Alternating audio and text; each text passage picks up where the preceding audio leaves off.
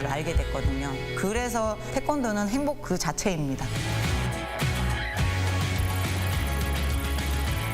태권도를 해서 강해지니까 더 자신감이 올라가고 행복해요. I believe Taekwondo is a blessing from heaven. It has made us hopeful for the future. Every day, we're excited to see what's in store for us tomorrow. Practice it with your family. Taekwondo brings happiness.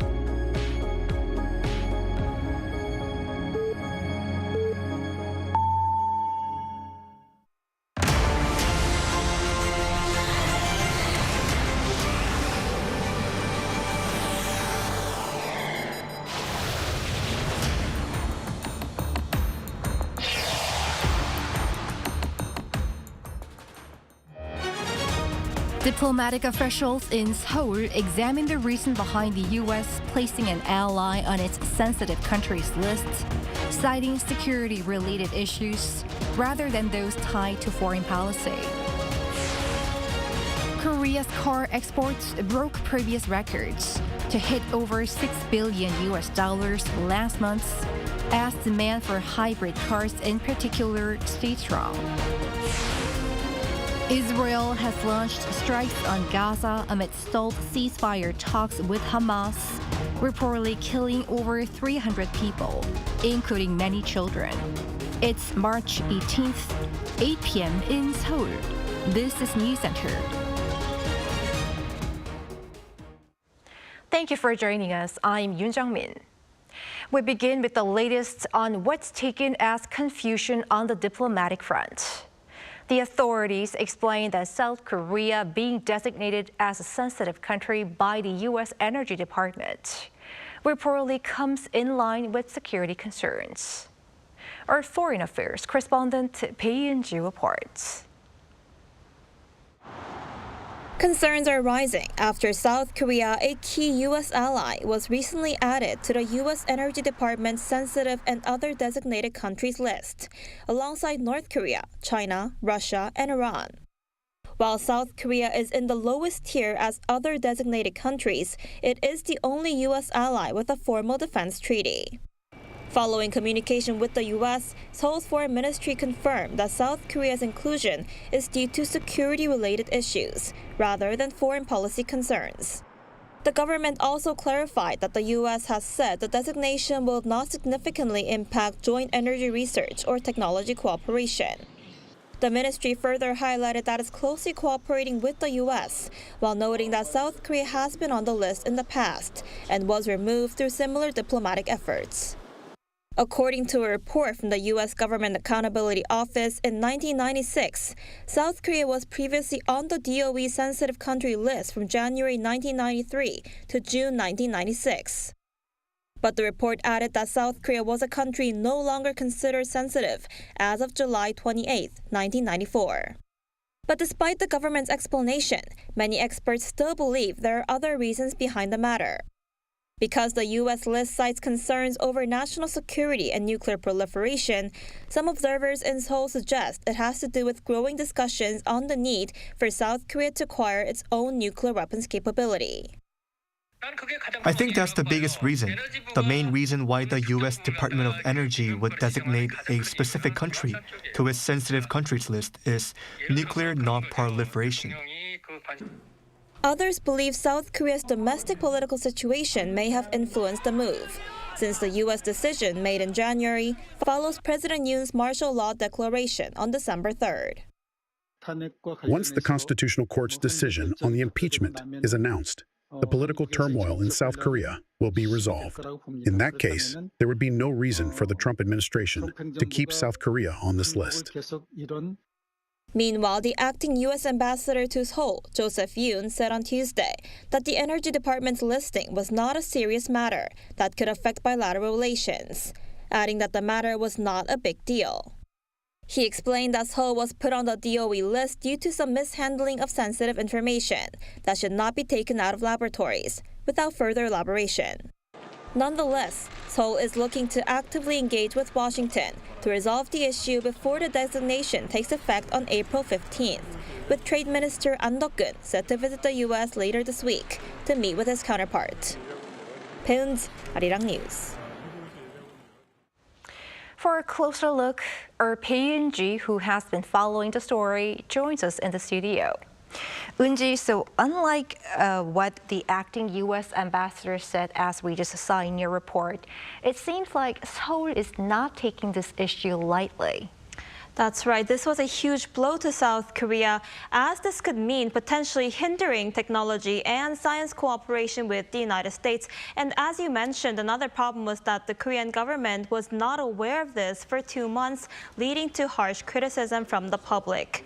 South Korea was put on the list in January, shortly before then-President Joe Biden left office. But this month, the government began to ramp up efforts to overturn the decision. And in fact, the Foreign Ministry said in a press briefing today that they are taking this situation very seriously. But whether the Trump administration will reconsider the move remains to be seen. As for the reason behind the listing, there appear to be lots of different speculation, and some have suggested this may have been linked to an institution under the U.S. Energy Department. Tell us about that. That's right. Some observers have said that the U.S. listing may have to do with a recent incident at Idaho National Laboratory, a research institution under the U.S. Department of Energy, where security regulations were breached. In a report to Congress last year, the department said it fired the laboratory's contractor employee who tried to board a flight to South Korea with export-controlled information on nuclear reactor design software. But it was not immediately clear if this case contributed to the designation. And some say a single incident would not have led to such a significant decision by the U.S. government. So questions persist over why South Korea was placed in the lowest category of the Energy Department's sensitive countries list. We will have to see how it unfolds. Thank you, Unji, for the report. Thank you. Washington apparently continues sending a message to its trading partners ahead of President Trump's reciprocal tariffs in April, this time identifying Korea as a major trade deficit country, likely referring to non-tariff trade barriers. Shin Ha-young explains. With about 2 weeks until the announcement of reciprocal tariff plans, a top economic aide to U.S. President Donald Trump mentioned South Korea as a major trade deficit country. U.S. National Economic Council Director Kevin Hassett told CNBC on Monday that trade deficits with Europe, China, and South Korea have persisted for years, claiming the deficits are attributable to the country's high tariffs and non-tariff trade barriers. He added that if U.S. trading partners immediately lower all barriers, the negotiations will be over. Since South Korea and the U.S. have a free trade agreement that removes tariffs on most items, Hassett's statement is raising expectations of increased pressure on South Korea to lower non-tariff trade barriers. The Trump administration is focused on fixing trade imbalances and seems to be taking a one-on-one approach with countries that have large trade deficits. For South Korea, this could mean either imposing tariffs to reduce imports or negotiating to lower barriers, so South Korea can import more from the U.S. The expert from the Korea Institute for International Economic Policy emphasized the need for South Korea to review its contributions to the U.S. and assess potential U.S. demands on non-tariff trade barriers. We need to review our contributions to the U.S. and potential demands from the U.S. on non-tariff trade barriers. However, with many uncertainties, it's too early for negotiations. Meanwhile, during the interview with CNBC, Hassett said there will be some uncertainty between now and April 2nd, referring to the date Trump is set to unveil his reciprocal tariff plans. His comments come as market analysts and business leaders have criticized the sweeping tariff announcements, which have led to volatility in world markets. However, Hassett defended Trump's tariffs against Mexico, Canada, and China, calling them very positive developments, adding things will clear up after April 2nd. Shin Ha-young, Arirang News. Over in the Middle East, Israel has resumed strikes on Gaza amid its fragile ceasefire with Hamas. More than 300 people have been reportedly killed, including many children. Cha Yun-kyung has the latest. The Israeli Prime Minister's office said on Tuesday morning that Prime Minister Benjamin Netanyahu and Defense Minister Israel Katz have instructed the Israel Defense Forces to take firm action against the armed militant group Hamas in the Gaza Strip.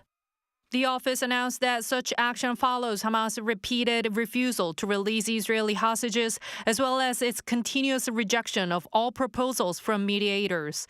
Katz reiterated that Israel will continue to fight in the Gaza Strip if all hostages are not returned home. Destroying much of the housing and infrastructure in Gaza, including the hospital system.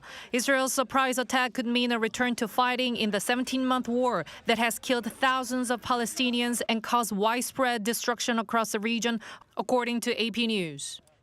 Bloomberg also reported that the sudden airstrike by Israel shatters the ceasefire deal with Hamas as Israel carried out the most deadly offensive since a ceasefire took effect 2 months ago, killing more than 320, including women and children. With Netanyahu vowing to use increasing military strength against Hamas, the militant group has strongly criticized the IDF and accused Netanyahu of overturning the ceasefire agreement and leaving the remaining hostages in Gaza to an unknown fate. Meanwhile, Israelis whose family members are still being held hostage in Gaza have demanded to meet with Netanyahu and his officials after the resumption of airstrikes on the enclave. 차윤경, Arirang News. U.S. President Donald Trump declares that any strike against the U.S. by Yemen's Houthi rebels will be considered a strike by Iran and that Iran would face, quote, dire consequences. 박건우 covers his remarks and more. U.S. President Donald Trump has warned Iran that it will be held responsible for any further attacks or retaliation by Yemen's Houthi rebels long backed by Tehran.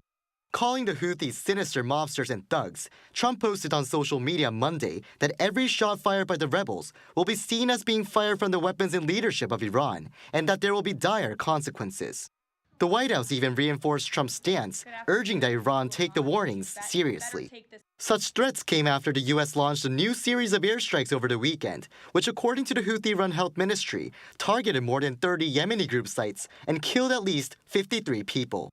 The U.S. continued its attacks on Monday, targeting the Red Sea port city of Hodeida and Al-Jaf governorate, north of the Yemeni capital, Sana'a. While the Pentagon said strikes will continue in the coming days, it added that will persist until the Houthis cease their attacks. The Houthis could stop this tomorrow if they said, we're going to stop shooting at your people. But they've clearly chosen not to do that. Amid these warnings from the U.S., Iran's United Nations envoy, through a letter on Monday, told the UN Security Council that Trump and other U.S. officials had made reckless and provocative statements that leveled baseless accusations against Tehran. He also said that the U.S. had threatened the use of force against him, adding that Washington is seeking to unlawfully justify its acts of aggression and war crimes against Yemen. 박건우, Arirang News. The top diplomats of South Korea, Japan, and China are to hold talks this week in Tokyo. Foreign Minister Cho Tae-yeol will have a three-way meeting with his Japanese counterpart, Takeshi Iwaya, and Chinese counterpart Wang Yi on Saturday. The talks come for the first time in more than a year since November 2023. The three sides are to assess the progress of trilateral cooperation since their leaders' summit that took place in May last year and exchange views on regional and international issues.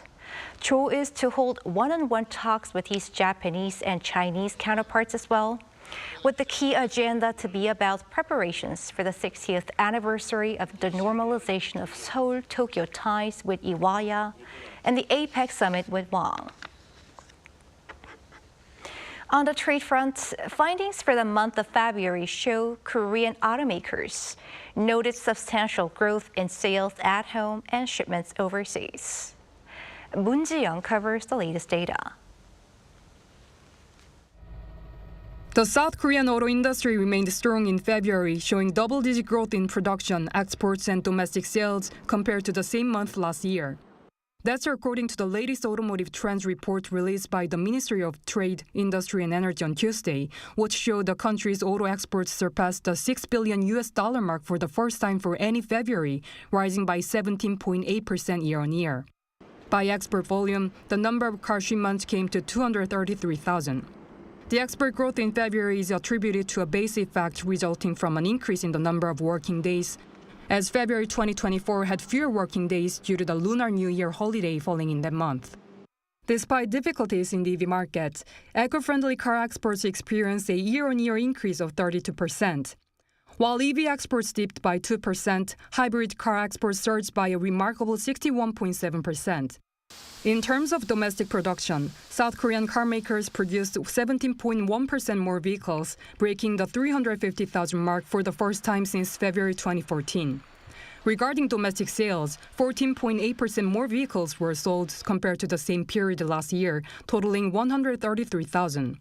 Notably, EV sales increased by a whopping 298% year-on-year.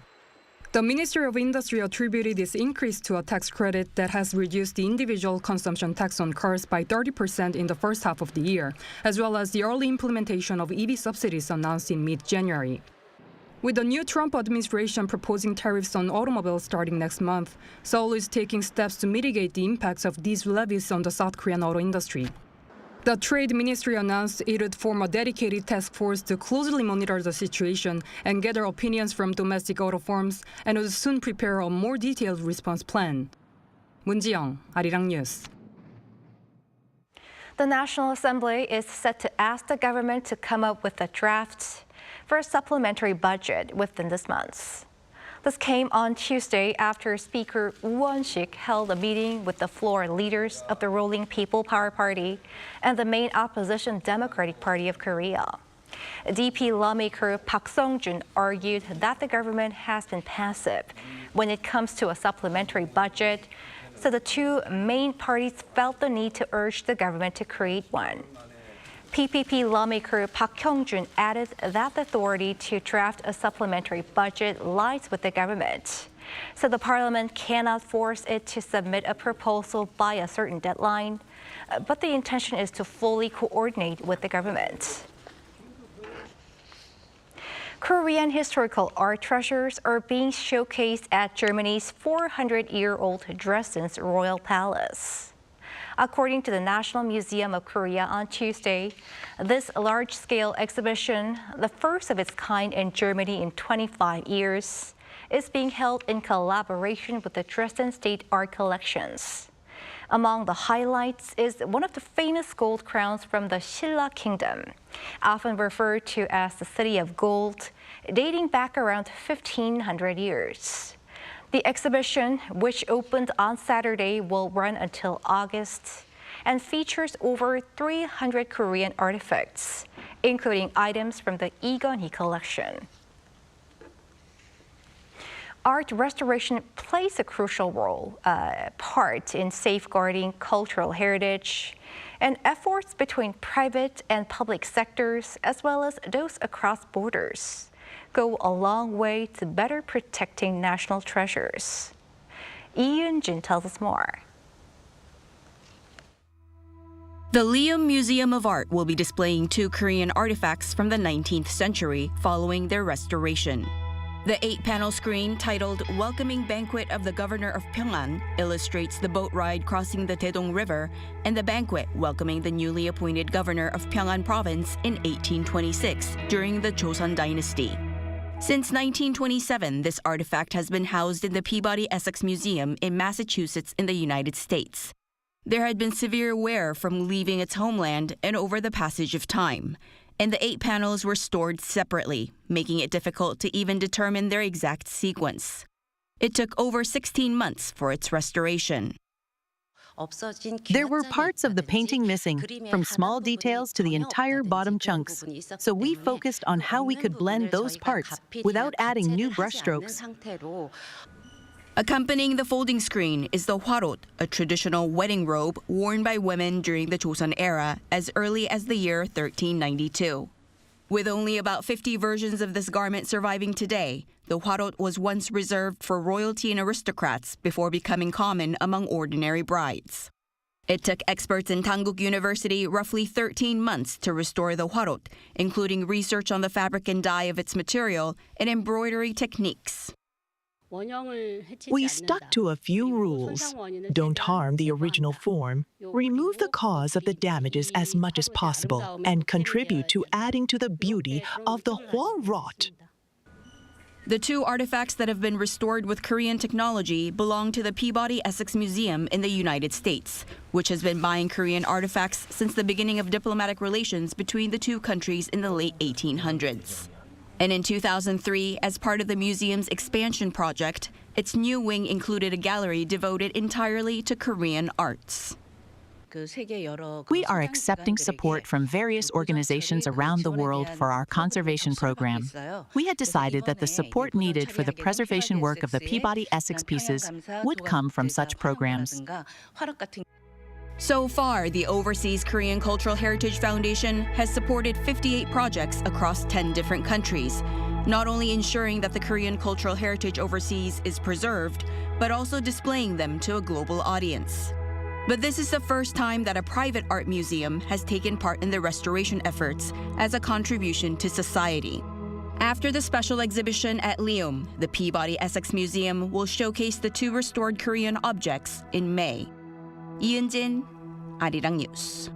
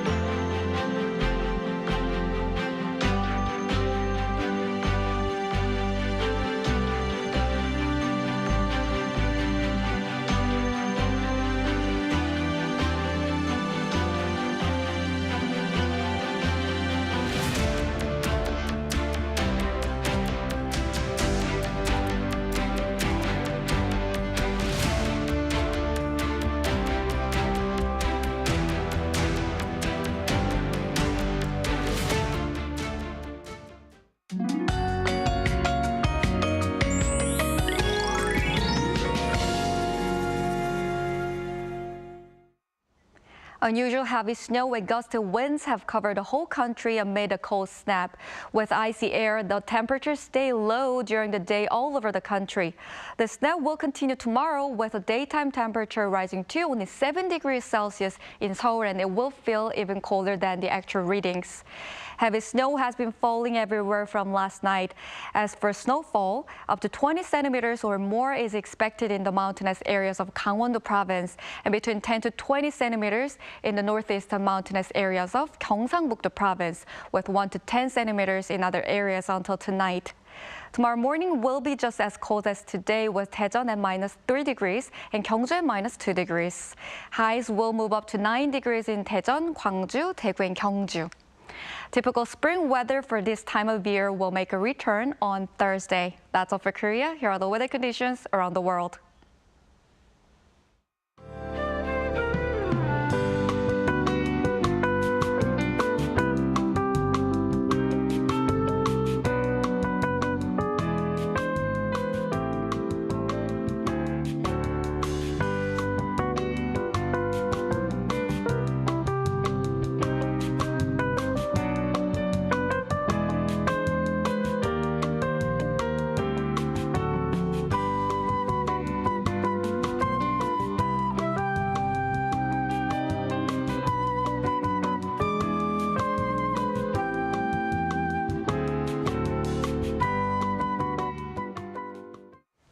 That is Newscenter for tonight. Thank you for watching. A panel session up next.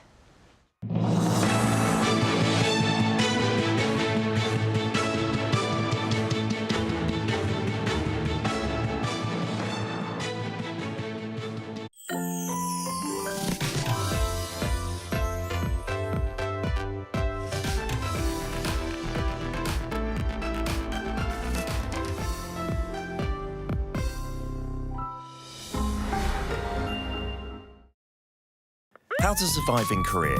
Cafes. Step 1. Find a seat. Before ordering, find a seat. Laptop, ID, smartphone, jacket, whatever that can mark your territory. But no bites. It's a little too big. Step 2. Pick up.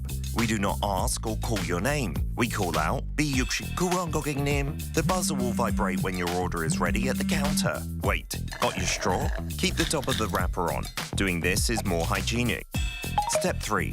Cafe etiquette. If you need to use your laptop, find a seat next to a socket. No extra charge for using electricity. But if you're staying over 3 hours, how about ordering another drink or dessert?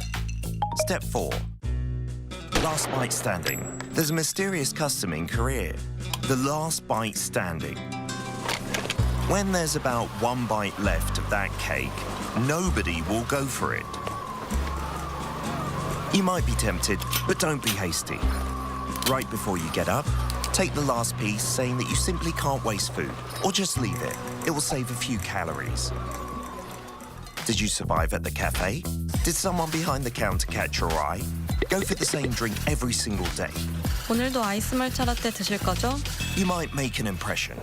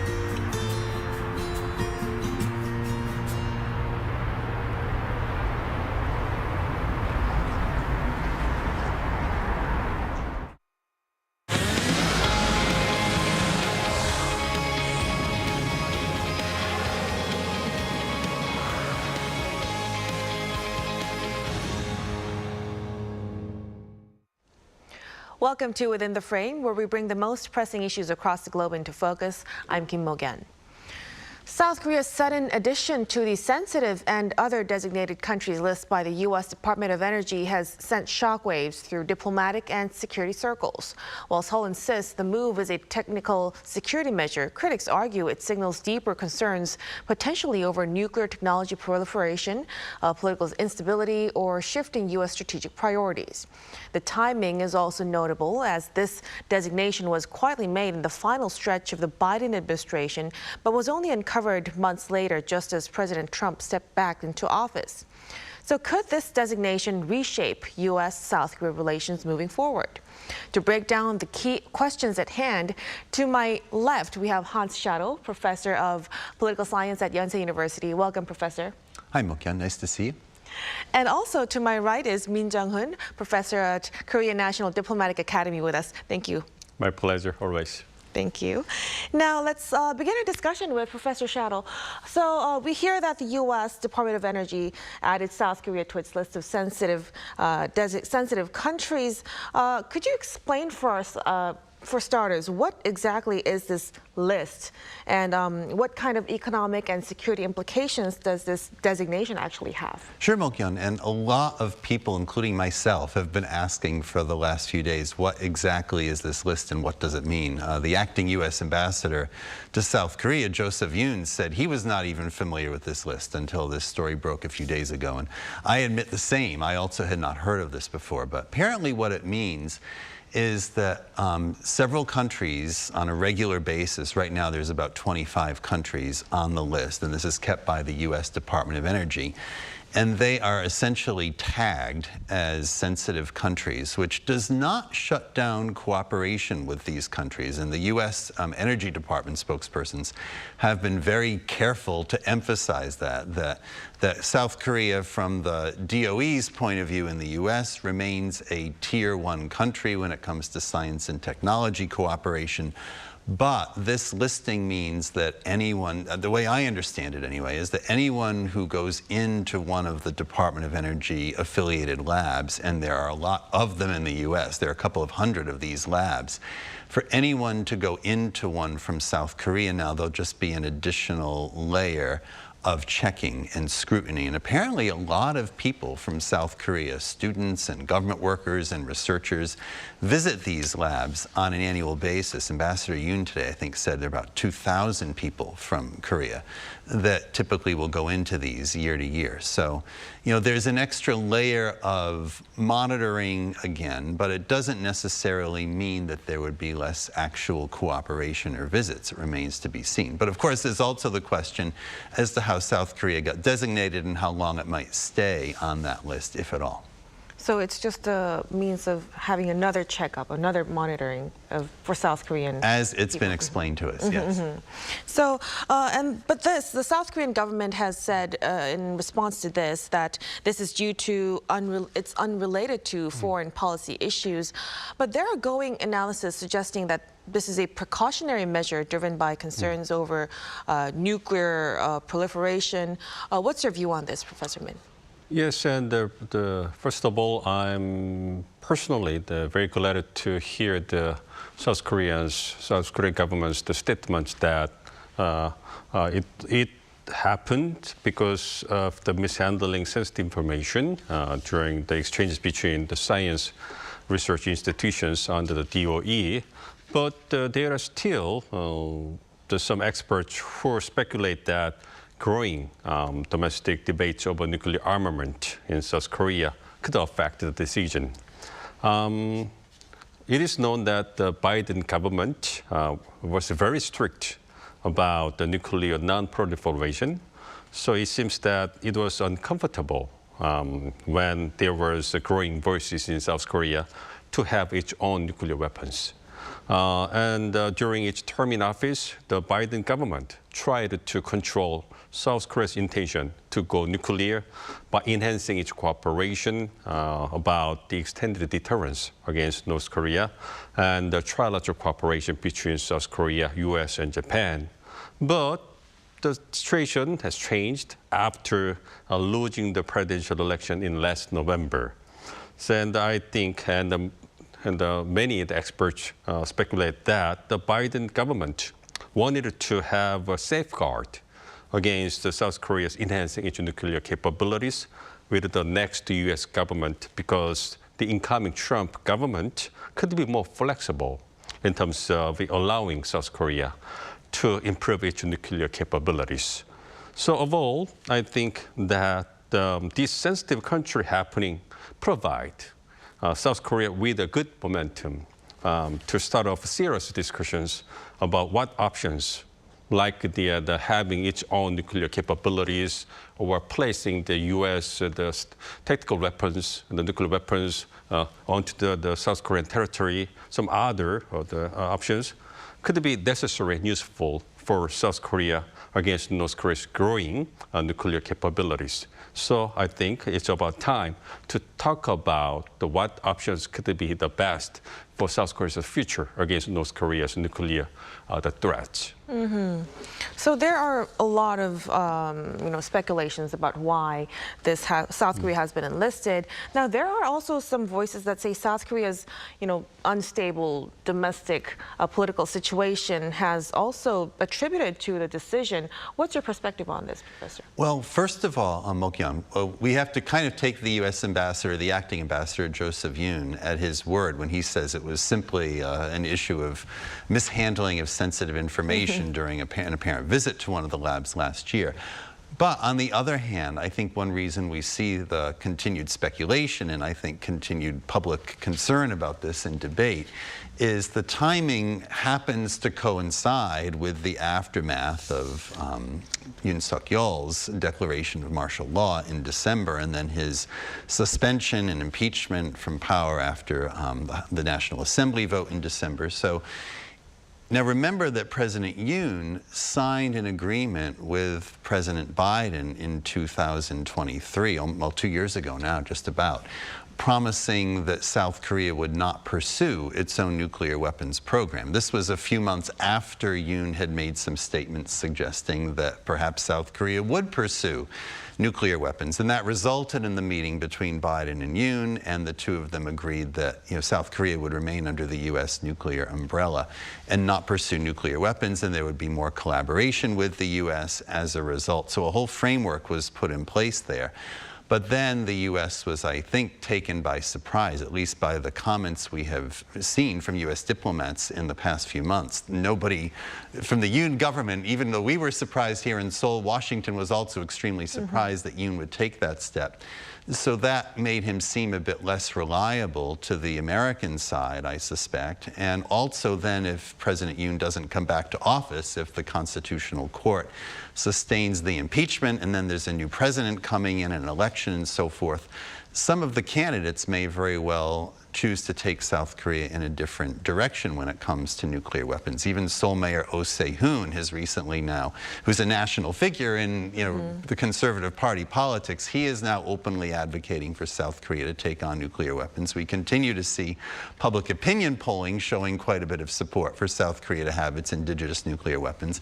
And then alongside all this, as Professor Min pointed out, President Donald Trump now is in power in the U.S., and he may very well turn out to have a different view on nuclear proliferation among allies than previous presidents. So there's a lot that's up in the air.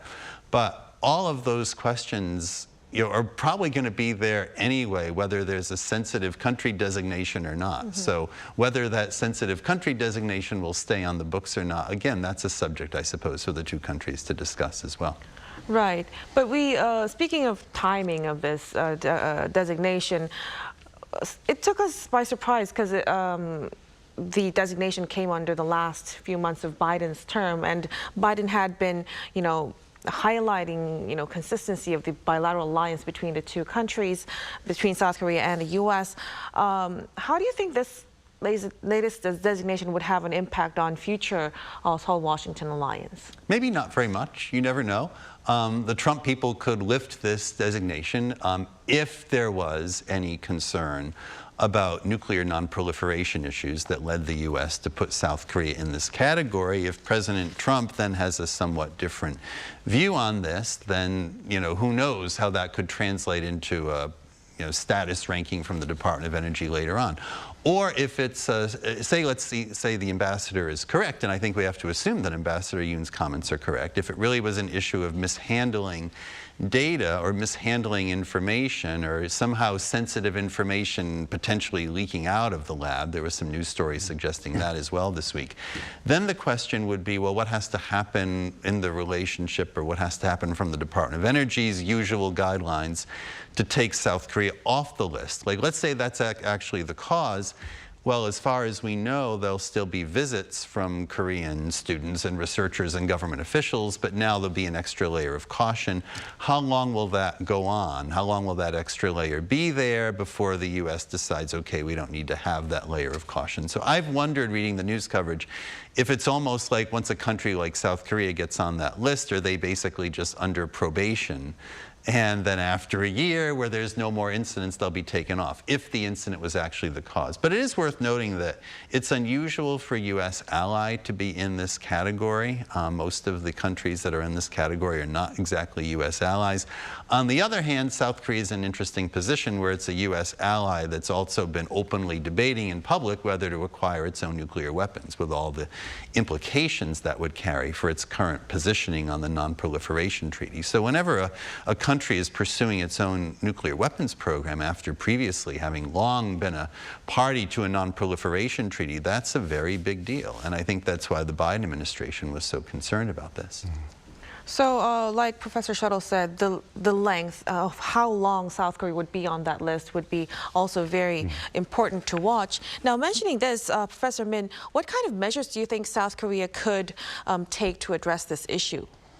Well, as far as the reason is, or the reason of the designation is the mishandling the information by the South Korean researchers and students, then I think the countermeasure by South Korean government is that it needed to make sure that it will make a consistent effort that South Korean, the counterparts like researchers and students would be more cautious and should be handle sensitive information properly, following the rules, principles, and procedures set by the United States. And I think South Korea will also need to communicate with the Department of Energy regularly to enhance scientific cooperation between the two countries and improve the mutual understanding about it. And last but not least, it is true that it is inevitable for South Korean government to humbly accept the criticism of diplomatic shortcomings, because it didn't recognize that kind of designation for about 2 months. It should never happen. Right. And the other South Korean diplomacy. But anyway, I think that personally, South Korean government could not check everything regularly in the Department of Energy, although they regularly communicate with each other. So, and making and updating the list of the sensitive countries is like an internal guideline for people in the department and each laboratories. So it's like the humble excuse, but it could not be easy for South Korea to check such guidelines regularly. But now South Korea fully recognizes the existence of the list and reaching out the U.S. counterpart to remove South Korea out of the list. It's a matter of time before South Korea to exclude itself out of the list, I think.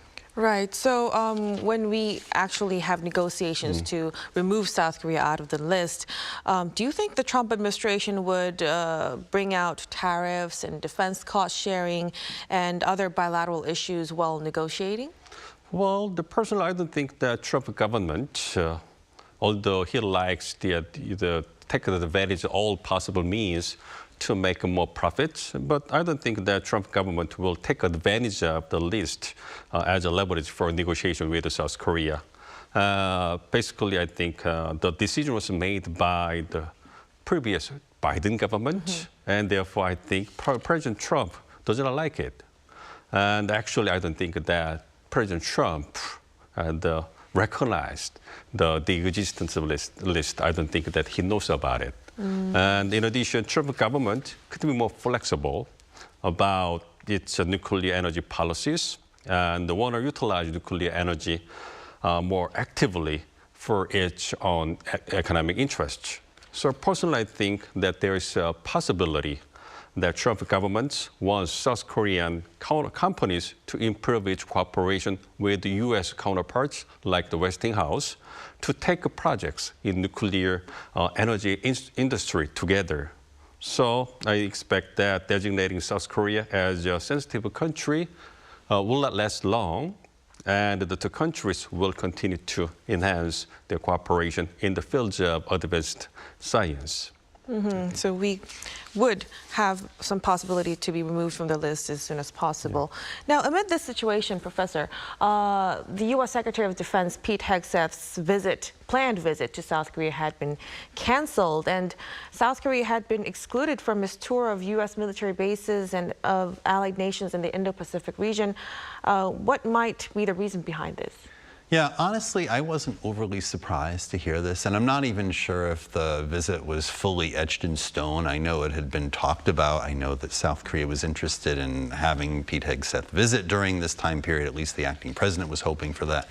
My guess, and again, it's just a guess reading the news coverage, but my guess is one consideration might be that not only is there an acting president rather than an actual official, fully serving president right now in South Korea, but there's also just an acting defense minister as well. Keep in mind, after President Yoon's martial law decree in December, one of the first people to go was the defense minister at the time, and that defense minister has still not been fully replaced. So possibly for the U.S. defense secretary, who's fully installed, to come to South Korea only to have an acting defense secretary, there might have been some sort of protocol issue that prompted that. And besides, there are an awful lot of opportunities for the defense secretary to make subsequent visits as well.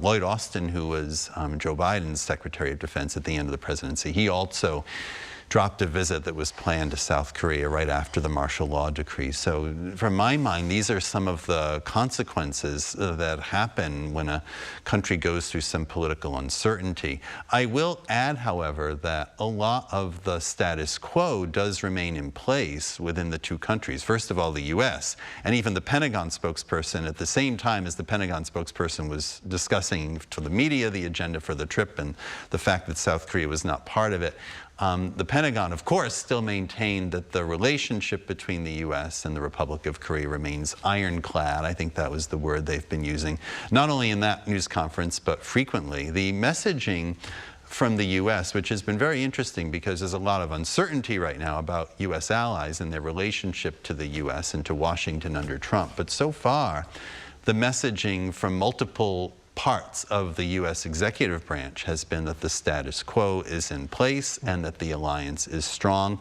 The trilateral partnership, which Professor Min referred to earlier, between South Korea, Japan, and the U.S., again, there were questions as to whether that would survive. The transfer of power in the U.S. There's also a new Japanese prime minister as well. President Yoon, his fate is still uncertain. But so far, the trilateral meetings have been continuing. U.S. Secretary of State Marco Rubio met with the foreign minister of South Korea and also his counterpart from Japan, the foreign minister of Japan, at the recent security gathering summit in Munich, Germany. And there have been lower-level trilateral meetings as well. And the national security advisor from South Korea has met his American counterpart, so has the trade minister. So at a lot of working level and even cabinet-level positions, there is still a lot of dialogue going on. And yes, I mean, it's conspicuous that the Secretary of State, the Secretary of Defense is not coming on this trip, but there seem to be some reasons for it and some opportunities for further dialogue later. Right. It could be influenced by the current political turmoil, but officially there had been no statements on the ironclad alliance. Now, Professor Min, during former President Park Geun-hye's administration's impeachment crisis, the U.S. Secretary of Defense, Secretary of State, and Vice President all visited South Korea in succession. Given this precedent, how some still worry that Hegseth's canceled visit signals a resurgence of the so-called Korea passing phenomenon. What's your take on this? Well, personally, I don't think that South Korea has been passed by Trump government. As you know, after taking upon the office, Trump government is very busy and dealing with various agendas based on its priorities. And among the policy agendas, overcoming inflation through energy policy and federal government's reform, coping with illegal immigration by securing southern border and massive deportation, reducing trade deficits through tariffs, and ending Russian-Ukraine war by the dual-track negotiations. I think these issues are included at the top of the agenda list. So personally, I think that South Korea, luckily, has a little to do with these agendas, except trade issues. And specifically in the issue of reducing trade deficits, South Korea is ranked about 8th in terms of the volume of the trade surplus with the U.S., followed by China, Mexico, Canada, EU, and Japan. So far, Trump government has targeted the top 3 countries and EU, and I think so it's about time to touch upon its Asian partners like South Korea and Japan. So President Trump mentioned about South Korea when he talked about reciprocal tariffs in his address to a joint session of Congress recently. So I expect that Trump government is going to be more aggressive in its relations with South Korea, like pushing hard to reduce its trade deficit. And I also think that after the political turmoil in South Korea is over, it is very likely that Trump government will also ask South Korea to resume SMA negotiation like the burden-sharing negotiations again and request South Korea to pay more the defense cost. So I think it's not a time to worry about Korea passing. Instead, I think it is the time to take actions for South Korea not to be placed at the top of the list and secure its interests against the Trump government's aggressive moves. Right. Prepare for strategies in terms of economic policies. Now, meanwhile, President Trump recently referred to North Korea as a nuclear power and a nuclear armed state. He also said that he will seek a relationship with North Korean leader Kim Jong-un. Professor Shuttle, do you think this could signal a fundamental shift in terms of Washington's policy on North Korea? Well, I wish a reporter at the press availability at the White House where Trump made those statements had asked a follow-up question, because U.S. policy has been consistently not to recognize North Korea as a nuclear armed state. Now, even if there's a kind of tacit recognition that North Korea possesses nuclear weapons, and of course it went through a period of extensive testing of them during the last decade. Officially, the U.S. has not extended that kind of recognition. Trump's language in the offhand comments, seems to match up with the kind of language that would suggest recognition. And also Defense Secretary Pete Hegseth made a similar comment around the time that he was also getting ready to take office in January, using the term nuclear power. So that has caused some speculation. I think eventually it will come down to what kind of diplomacy the Trump administration chooses to pursue with North Korea. Again, Trump in the same press availability last week made it clear that he's very keen to talk again with Kim Jong-un. He seems to have had a kind of bromance, so to speak, with Kim during the last round of summitry in 2018 and 2019. But again, it's really important to remember that the stated aim of that earlier round of diplomacy, the stated purpose from the U.S. point of view on those summits, as it was communicated at the time, was denuclearization. In fact, Trump only agreed to have the summits and move forward with them once he heard from a visiting South Korean delegation, this was during the Moon Jae-in presidency, that they had heard from Kim Jong-un that he was ready to pursue denuclearization. Unfortunately, at that time period, there was, I don't think, ever any full clarification on all sides what was meant by full denuclearization of North Korea. I think for North Korea, they had one view of denuclearization that involved a diminished U.S. presence. I think the U.S. point of view, the way it was negotiated at the time, seemed to emphasize North Korea denuclearizing on its own before other corresponding measures would be taken. Since then, many foreign policy analysts have said it's going to be very difficult to expect North Korea ever to denuclearize, hence all the debates about nuclear proliferation that we're seeing here in South Korea. So again, this is all to be determined. But again, finally, the U.S. keeps stating in its policy documents and at press conferences since Trump has taken office that denuclearization of North Korea remains the policy at this moment in time.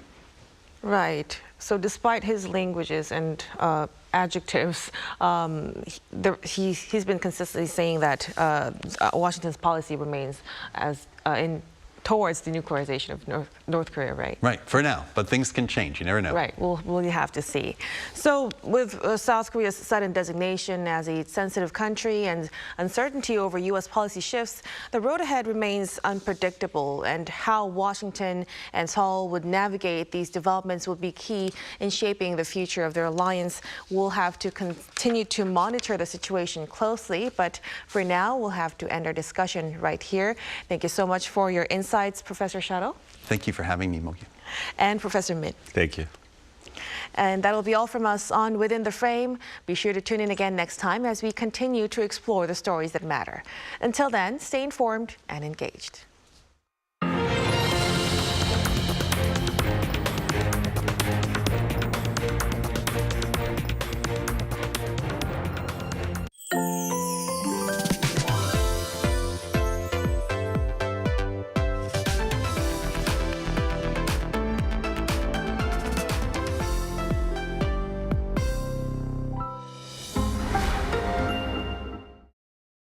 How to survive in Korea. Barbecue restaurants. Step 1.